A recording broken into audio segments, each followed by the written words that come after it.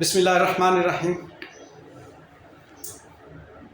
Trial balance से financial statements बनाने का सफ़र कैसे तय होगा, इस पे अब हम बात करते हैं। ट्रायल बैलेंस कोई फाइनेंशियल स्टेटमेंट नहीं है, कोई रिपोर्ट नहीं है, ना भी बने तो गुजारा हो जाता है। एकेडमिकली इसकी बड़ी इम्पोर्टेंस है, क्योंकि हमें बहरहाल अपने दिल को तसल्ली देना होती है कि जो हमने बुक कीपिंग की वो अरिथमेटिकली करेक्ट है कि नहीं। ये अरिथमेटिक एक्यूरेसी को बताएगा, ना कि आपके डेबिट एंड क्रेडिट की करेक्शन को बताएगा। आपने गलत डेबिट किया, उसका गलत क्रेडिट कर दिया, गलत अकाउंटिंग की, गलत बुक कीपिंग की, लेकिन ट्रायल टैली है। तो ट्रायल बैलेंस कोई भी ऐसी स्टेटमेंट नहीं है जिसको कोई user of the financial information इस्तेमाल कर सके। ट्रायल बैलेंस जस्ट एक लिस्ट ऑफ बैलेंसेस है जिसको अल्टीमेटली डेबिट्स एंड क्रेडिट्स को बराबर होना ज़रूरी है। अब ट्रायल बैलेंस में हमारे पास वही 5 मेन हेड्स ऑफ अकाउंट्स के final balances end of reporting date पर नज़र आ रहे होते हैं। हम उन बैलेंसेस को पिक करते हैं और उनके मुतल्लका फाइनेंशियल स्टेटमेंट्स में उनको प्लॉट करते हैं। अब ये प्लॉटिंग जो है, इसमें एक टेक्निकल बात जहन में ये रखना है कि ट्रायल बैलेंस से जो इंफॉर्मेशन आपने स्टेटमेंट ऑफ प्रॉफिट लॉस में लेकर जानी है, वो दरअसल ट्रायल बैलेंस से नहीं जा रही होती। बड़ा टेक्निकल पॉइंट है। वो उसके अपने लेजर अकाउंट से स्टेटमेंट ऑफ प्रॉफिट लॉस में क्लोज हो रही होती है।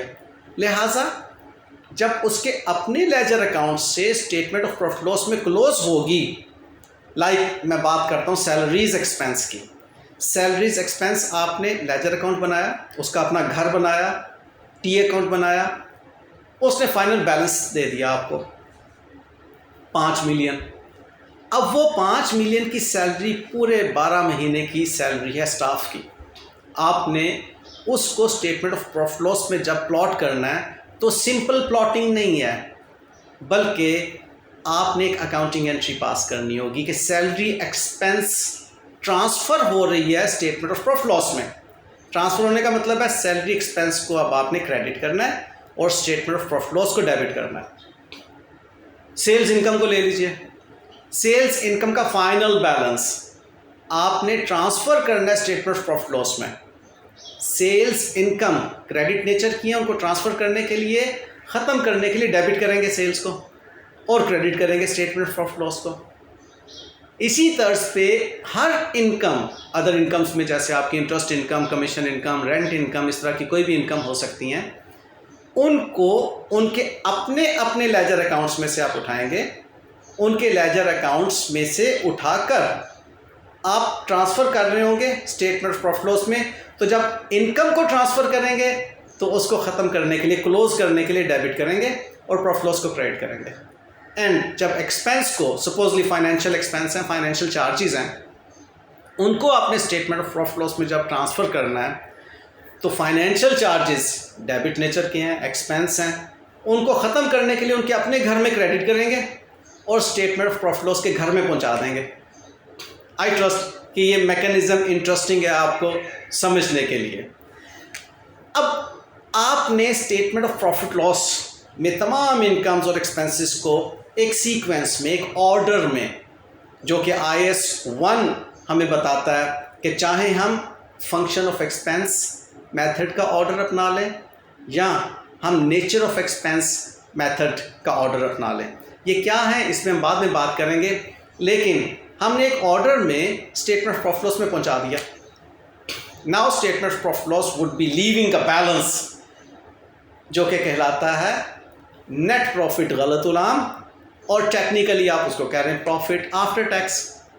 Now this profit after tax is to be taken to the retained earnings और ultimately to the owners equity. अब बात आएगी सिंपल प्लॉटिंग की।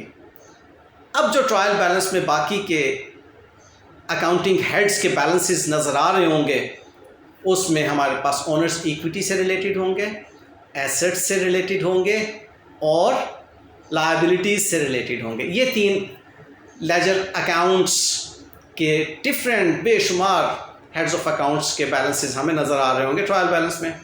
और एक जो मैंने आपको प्रॉफिट आफ्टर टैक्स की फिगर बताई कि आपको नेट प्रॉफिट के नाम से या स्टेटमेंट ऑफ प्रॉफिट लॉस का एंड रिजल्ट जो है वो नज़र आ रहा होगा। अब ये तमाम इंफॉर्मेशन उठाकर आप प्लॉट कर रहे होंगे। अब यहाँ पर कोई अकाउंटिंग एंट्री नहीं है।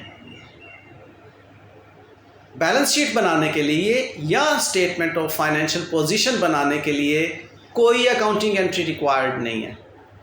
यहाँ पर सिंपली आपने बैलेंसेस उठाने हैं और बैलेंस शीट में आपने एक सीक्वेंस में प्लॉट कर देने हैं। वो सीक्वेंस आप एसेट्स में नॉन करंट एसेट्स के साथ करंट एसेट्स का एक सीक्वेंस बनाते हैं। डिटेल से हम बाद में बात करेंगे कि कैसे इसको काबू करना है। और दूसरी तरफ जो क्लेम्स वाली साइड है, ऑनर्स इक्विटी एंड लायबिलिटीज़, इनको क्लेम कहते हैं, क्लेम ऑन द एसेट्स। जो क्लेम्स वाली साइड है उसमें ऑनर्स इक्विटी का एक सीक्वेंस होगा और लायबिलिटीज़ का अगेन वही non current liabilities and current liabilities का सीक्वेंस होगा। तो यूँ हमारी बैलेंस शीट की दोनों साइड्स बराबर नज़र आ रही हैं। एसेट्स यानी कि जो रिसोर्सेज ऑफ द एंटिटी हैं should always be equal to the claims, यानी कि जो owners equity and liabilities. Thank you.